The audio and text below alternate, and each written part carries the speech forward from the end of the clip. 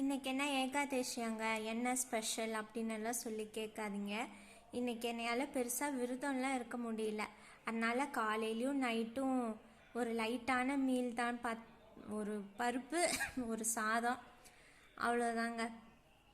அதனால் இது இப்படி தான் இன்றைக்கி ஏகாதசி போச்சு.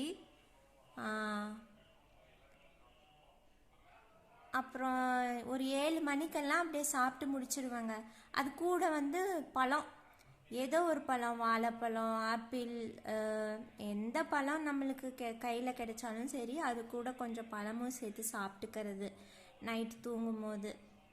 ஸோ 7 மணிக்கு முடிச்சிட்டோன்னா நம்ம அப்படியே தூங்க போகிறதுக்கு ஒரு 10 மணி ஆகிடும். அப்போ வந்து சின்னதாக ஒரு குளியல் போட்டு அப்புறம் அப்படியே நம்ம வந்து படுத்தோம்னா நம்மளுக்கு தூக்கம் வரலன்னு இருக்கும்போது நம்மளுக்கு நல்லா கூட தூக்கம் வந்துடும். ஸோ இதை இப்போ தான் ட்ரை பண்ணுறேன் நானே. அது அப்படி தான் பார்க்கலாம் எப்படி இருக்குன்னு சொல்லிட்டு. இந்த மாதிரி 7 மணிக்கு சாப்பிட்றது, 10 மணிக்கு குளிக்கிறது எப்படி இருக்குது, நல்லா ரிசல்ட் இருக்கான்னு சொல்லி நான் ட்ரை பண்ணி பார்த்துட்டு உங்களுக்கு சொல்கிறேன். ஓகேவா?